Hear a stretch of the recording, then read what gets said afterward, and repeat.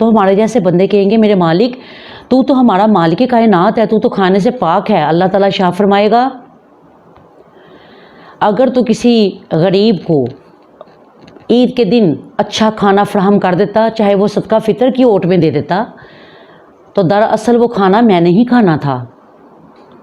اور اگر تو پانی کسی کو پلا دیتا، کسی ننگے کو کپڑا پہنا دیتا، کسی بھوکے کو کھانا کھلا دیتا، تو دراصل وہ چیز پہلے میرے پاس پہنچنی تھی۔ تو اسی لیے آپ سرکار صلی اللہ تعالیٰ علیہ وآلہ وسلم نے شاہ فرمایا اچھی چیز دیا کرو اللہ کے رستے میں، وہ پہلے اللہ کے پاس پہنچتی ہے پھر فقیر تک پہنچتی ہے۔ تو کیا شاہ فرمایا صدقہ فطر جو ہے وہ، اور بالفرض کریں جو بندے صدقہ فطر لیتے ہیں وہ اپنا فطرانہ نہ دیں، جو لینے والے ہیں وہ اپنا فطرانہ نہ دیں، کیونکہ دراصل صدقہ فطر ان لوگوں پر ہے جو لوگ مال کے نصاب ہیں، جن لوگوں کو جو لوگ زکوٰۃ ادا کرتے ہیں وہ بھی دے سکتے ہیں۔ الحمدللہ ان پر زیادہ سب سے پہلے ان کا ہی حق ہے، اس کے بعد ان کا حق ہے کہ جن کے پاس کم از کم اتنی رقم موجود ہے جو کہ 52.5 تولہ چاندی کی قیمت تک پہنچ جاتی ہے، کم از کم آج کل کے حساب سے 63-62 ہزار جو ہے وہ بنتی ہے 2020 میں۔ آج الحمدللہ بعد 28واں روزہ ہے اور آپ یہ بیان سن رہے ہیں، اور یہ ضروری نہیں ہے کہ آپ عید والے دن ہی دیں، یہ تو ہم جیسوں کے لیے اللہ نے کیا نا سلسلہ کہ پتہ نہیں ان کا تب بھی دل کرتا دینے کو کہ نہیں۔ حالانکہ عید والے دن اگر آپ صدقہ فطر دیتے ہیں تو اس روز نہ تو کوئی کپڑوں کی دکان کھلی ہوگی، نہ کوئی جوتوں کی کھلی ہوگی، نہ کوئی اچھے کھانے کی دکان کوئی کھلی ہوئی ہوگی جو جا کر وہ بندے خرید لیں گے بیچارے۔ اس سے پہلے ادا کریں، یہ اینڈ کی لمٹ بتائی گئی ہے کہ عید کی نماز پڑھ کے آپ جانے لگے ہیں یا آنے لگے ہیں تو آپ دے دیں۔ ہم لوگوں کے حوصلے دیکھ کر حکم لگایا جاتا ہے نا، تو کوشش یہ کریں کہ پہلے دیں، کوشش یہ کریں کہ پہلے دے دیں۔ کیا شاہ فرمایا امیر امیروں والا دیں۔ آقا علیہ السلام کا کیا طریقہ کار تھا؟ آقا علیہ السلام کشمش کے حساب سے دیتے تھے، کھجور مہنگی والے کے حساب سے دیتے تھے۔ 2 کلو 4 کلو کی کتنی قیمت ہے فی بندہ، اور جو عام بندے ہیں ان کے لیے 250 گرام فی بندے کے لیے، اتنے پیسے دے دیں۔ آپ آٹا بھی دے سکتے ہیں، ضروری نہیں کہ آپ نے پیسے ہی دینے ہیں، آپ آٹا بھی دے سکتے ہیں۔ اور اگر پیسے دے دیں تو جس کو دینے ہوتے ہیں نا پیسے، وہ بیٹے زیادہ سمجھتا ہے کہ مجھے گھر میں کیا ضرورت ہے۔ تو کیا شاہ فرمایا کہ یہ بات یاد رکھو کہ جو فطرانہ لینے والے ہیں وہ اپنا فطرانہ نہ دیں، اور کیا شاہ فرمایا جو مرد کفیل ہے آپ کے گھر کا وہ دے۔ تو کیا شاہ فرمایا کہ آقا علیہ السلام نے کہ فرزند آدم عمر تیری چھوٹی ہے اور نیکیوں کا خزانہ بڑا وسیع ہے، جس نے اس خزانے کو چھوٹی عمر میں بھر لیا وہ انشاءاللہ تعالی میدان حشر میں نامراد نہیں ہوگا، اور جس نے اس چھوٹی عمر میں برائی کا خزانہ بھر لیا روز قیامت اس کا چہرہ زرد ہوگا غم کے ساتھ کہ اب تو واپسی کا بھی کوئی رستہ نہیں۔ یہ جو کچھ بھی ہمارے لیے اتارا گیا رمضان کا مہینہ، رمضان، قرآن، نبی سلطان، یہ صدقہ فطر، روزہ کشائی، روزہ رکھوانا، روزہ کھلوانا، یہ سب کیا ہے؟ یہ میدان حشر کے لیے ہم خزانہ اکٹھا کر رہے ہیں، اور جو بندہ اس سے متنفر ہوگا، ادھر ادھر ہو جائے گا، اللہ تعالیٰ اس کی بخشش نہیں کرے گا۔ تو کیا شاہ فرمایا ایک روز آقا علیہ السلام جب تشریف فرماتے تو سرکار صلی اللہ علیہ وآلہ وسلم صدقہ فطر پر بات ہو رہی تھی، اپنے صحابیوں کو آپ تعلیم دے رہے تھے، کیونکہ آپ سرکار صلی اللہ علیہ وآلہ وسلم نے شاہ فرمایا انما بعثت معلما، اللہ تعالیٰ نے مجھے معلم بنا کر بھیجا ہے۔ جس نے اپنے استاد کی عزت کی دراصل اس نے براہ راست میری عزت کی، اور فرمایا جس نے اپنے استاد کی عزت نہیں کی اس کو زندگی میں کبھی عزت نصیب نہیں ہوگی۔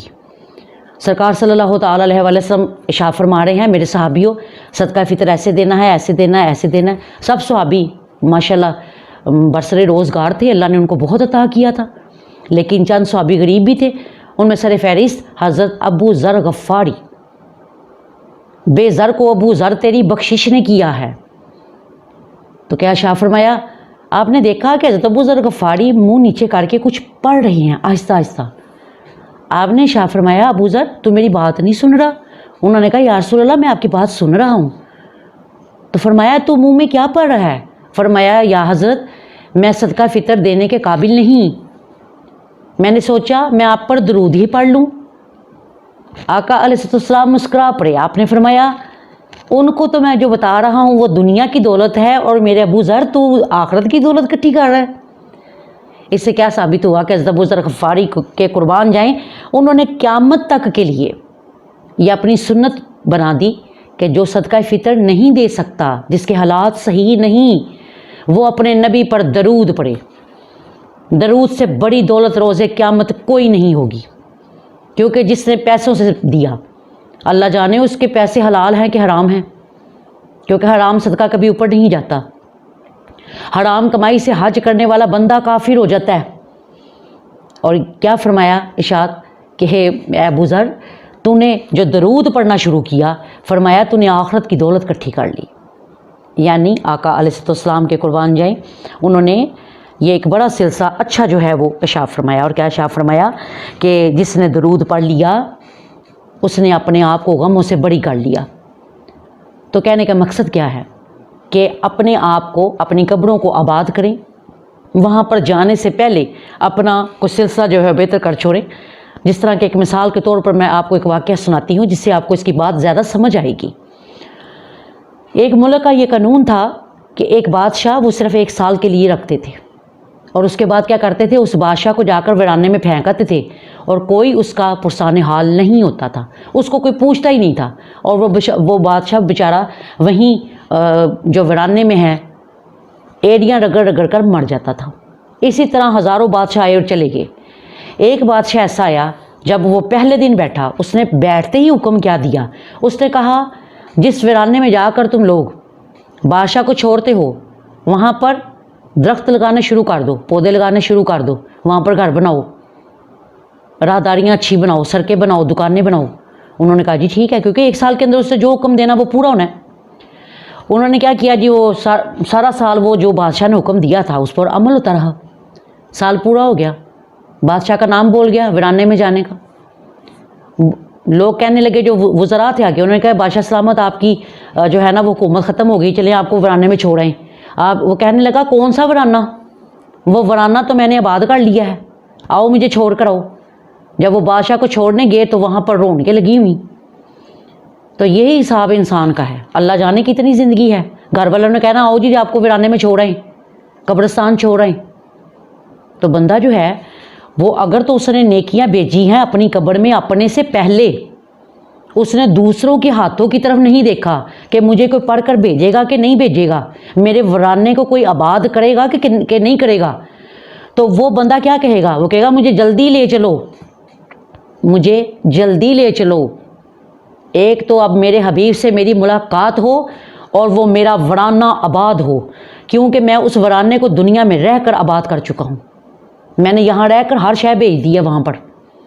کون سا ورانہ، میری قبر تو بقائے نور ہے۔ تو یہ بات یاد رکھیں، ہم لوگ اس دنیا میں جب آتے ہیں تو اللہ تعالیٰ ماں کے پیٹ کے اندر ہی آپ کی عمر تمام لکھ دیتا ہے کہ کتنی عمر ہوگی، جنتی ہوگا دوزخی ہوگا۔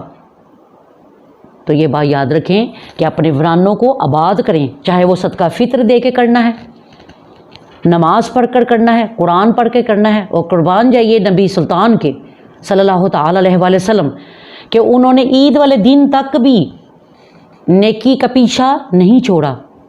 نیکی آپ کے رکھی ہے، آپ کے آگے بھی اور پیچھے بھی۔ کیا میرے امتی، جب تیرا رخ نیکی کی طرف ہو تو جس کو تو نے صدقہ فطر دیا اس کی دعائیں تیرے سامنے ہوں، اور جب تو رخ موڑ کر واپس جائے تو اس کی دعائیں تیرا پیچھا کر رہی ہوں۔ یہ بات یاد رکھیں، ہمارے نبی آخر الزمان نے ہمارے لیے وہ اصول وضع کر دیے کہ اس کے بعد کسی اور نصاب کی ضرورت نہیں۔ رب کائنات ہے، وہ چاہے تو روز کتاب کو اتار سکتا ہے، لیکن اللہ تعالیٰ کے قربان جائیں کہ اللہ تعالیٰ نے قرآن جو ہے وہ قرآن احادیث نبویہ اللہ تعالیٰ نے ایسی وضع فرما دی، ایسی بھیج دی کہ اس کے بعد کسی کتاب کی ضرورت نہیں۔ فرمایا تو اس نبی کو سمجھ لے تو بڑی بات ہے، تو اس قرآن کو سمجھ لے تو بڑی بات ہے۔ فرمایا صرف بے کے نقطے پر تو بولتا رہے تو تیری زندگی ختم ہو جائے گی، بے کے نقطے کی تعریفیں ختم نہیں ہوں گی۔ اس کی تفسیر ختم نہیں ہوگی۔ تو برائے مہربانی جن کو اللہ تعالیٰ نے دیا، اور اگر وجد پوچھیں کہ وجدان کیا کہتا ہے، تو وجدان تو یہ کہتا ہے کہ جس طرح کے ہمارے روزے ہیں نا، ہمیں روز ہی صدقہ فطر دینا چاہیے کہ بابا روزے تو اوپر چلے جائیں، کوئی روزہ رہ نہ جائے۔ یہ تو اس کی مہربانی ہے کہ انہوں نے صرف 250 گرام ہی مقرر کیا ہے۔ تو اس سے میں تھوڑے فقہ کے جو مسئلے ہیں وہ سن لیں کہ اگر باپ زندہ نہیں تو دادا کا حق ہے کہ وہ اپنے پوتوں کا صدقہ دے۔ اولاد کا صدقہ، مہمان کا صدقہ دینا بہت اچھی بات ہے۔ اگر مہمان آپ کے گھر آئے ہوئے ہیں، رہ رہے ہیں آپ کے پاس، تو آپ دیں۔ آپ کی کفالت میں جو نوکر ہیں ان کا بھی دیں۔ اور یہ بات یاد رکھیں کہ صدقہ فطر جن سے آپ پیدا ہوئے ان کو آپ نہیں دے سکتے، جو آپ سے پیدا ہوئے آپ ان کو نہیں دے سکتے، یعنی ماں باپ، دادا دادی، نانی نانا، پڑنانی پڑنانا، اس طرح جو لوگ ہیں جن کے بدن سے آپ پیدا ہوئے ہیں ان کو آپ نے نہیں دینا۔ اور جو آپ کے بدن سے پیدا ہوئے، بیٹی بیٹا، نواسی نواسا، پوتا پوتی، اس طرح جو لڑی چلتی ہے ان کو نہیں آپ نے دینا۔ بہن بہن کو دے سکتی ہے، بھائی بھائی کو دے سکتا ہے، چچا بھتیجے کو دے سکتا ہے، ماموں بھانجے کو دے سکتا ہے، میاں بیوی کو نہیں دے سکتا، جس طرح زکوٰۃ میں احکام ہیں۔ تو الحمدللہ وحدہ آپ نے یہ سنا کہ رمضان کے اندر جو آپ صدقہ فطر دیتے ہیں مساکین کو، تو اس شکرانے میں دیتے ہیں کہ میرے مالک تیری ایک صفت ہے وہاب، دینے والا، بغیر کسی مطلب کے۔ تو آج اللہ تو نے وہ صفت مجھے دے دی ہے کہ میں بھی دوں بغیر کسی مطلب کے۔ میں تو کسی کو مطلب کے بغیر دے ہی نہیں سکتا۔ تو آج تو نے صدقہ فطر جو ہے وہ میرے ذمہ لگا دیا۔ میرے مالک میں خوش ہو کر تیرے نام کے صدقے نہ بانٹوں، بجائے اس کے کہ بندہ اپنی کنی کی طرح جائے۔ نہیں، اللہ جانے اگلے رمضان میں یہ موقع ملنا ہے کہ نہیں ملنا، یہ نیکی ملنی ہے کہ نہیں ملنی ہے۔ اور ایک مومن کو دنیا میں بھیجا ہی اس لیے جاتا ہے کہ وہ رب کی صفات کو اپنائے، رب کی صفات کو اپنائے۔ جس طرح اللہ تعالیٰ جواد ہے، خود نہیں کھاتا، دوسروں کو کھلاتا ہے۔ اور سخی وہ ہوتا ہے جو خود بھی کھائے دوسروں کو بھی کھلائے۔ اسی لیے اللہ کے ساتھ سخی کا لفظ نہیں استعمال کیا جا سکتا، اللہ کے ساتھ جواد کا لفظ استعمال ہوتا ہے۔ اللہ تعالیٰ خود نہیں کھاتا، وہ دوسروں کو کھلاتا ہے۔ اور کبھی آپ نے یہ محسوس کیا ہوگا کہ جب آپ کسی کو کھلاتے ہیں، کچھ دیتے ہیں، وہ نیکی کی جو کیفیت ہے وہ آپ لفظوں میں بیان نہیں کر سکتے۔ آپ کی روح اندر سے خوش ہو رہی ہوتی ہے کہ میں نے کچھ اچھا کیا ہے۔ اسی لیے تو آپ سرکار نے فرمایا، صحابہ کرام نے کہا یا رسول اللہ ہمیں کیسے پتہ چلے کہ نیکی نیکی ہے، برائی برائی ہے، ہم نے نیکی کی ہے؟ آپ سرکار نے فرمایا جب تو نیکی کرے اور تجھے اندر سے سکون ہو تو سمجھ لیا کر کہ تو نے نیکی کرنے میں کامیابی حاصل کر لی ہے۔ اور جب تو برائی کرے اور تجھے اس کا ڈر ہو کہ لوگ اس پر مطلع نہ ہو جائیں، لوگوں کو پتہ نہ چل جائے، تو فرمایا سمجھ لیا کر کہ تجھ سے گناہ ہو گیا ہے۔ اس پاک ذات کے قربان جائیے کہ انہوں نے ہمیں کتنے پیارے اللہ تعالیٰ کی جو ہیں وہ صفات میں سے ایک صفات دی، اور وہ بھی عید کے دن کہ پہلے اللہ کو خوش کر، مسکینوں کو خوش کر، اس کے بعد گھر والوں کو خوش کرنا۔ تو امتی وہی ہے جو پہلے امت کا سوچے، وہ اپنا ہی نہ سوچتا رہے، اور خدا را پہلے دیں تاکہ جو مساکین ہیں، جو فقراء ہیں، وہ اپنے گھر میں جو کچھ ان کو ضرورت ہے وہ لا کر استعمال کر سکیں۔ اللہ تعالیٰ اس درس کو قبول کرے، اس کے بعد مقبول کرے، اور اس کی رحمتیں و برکتیں ہوں سننے والوں پر اور بتانے والوں پر۔ وما علینا الا البلاغ المبین وبلغنا رسولہ النبی الکریم الامین۔ تو یاسین مولا صلی وسلم دائما ابدا علی حبیبک خیر خلق کلہم۔ اے میرے مالک، اے میرے پاک پروردگار، جو کچھ پاک کلام پڑھا گیا اپنے بارگاہ الہ میں منظور اور قبول فرما۔ اے میرے مالک، اس رمضان کے پکیزہ روزوں کا جو صدقہ ہے میرے مالک، ہم سب پر اپنے کرم کر، کرونا وائرس کی جو وبا پھیلی اس کو مکمل طور پر خاتمہ کر دے۔ اے میرے مالک، صدقہ اپنے پاک حبیب کا، اپنے در کے طواف کھول دے، اپنے حبیب کا در کھول دے۔ اے میرے مالک، صدقہ اپنے پاک حبیب کا، مرتے ہوئے ہم سب کو کلمہ نصیب ہو، دنیا اور آخرت کی عافیت نصیب ہو، بڑک لا الہ الا اللہ محمد رسول اللہ صلی اللہ تعالیٰ علیہ وآلہ وسلم۔ آمین یا رب العالمین بجاہ نبی الکریم الامین۔ تو یاسین مولا صلی وسلم دائما ابدا علی حبیبک خیر خلق کلہم۔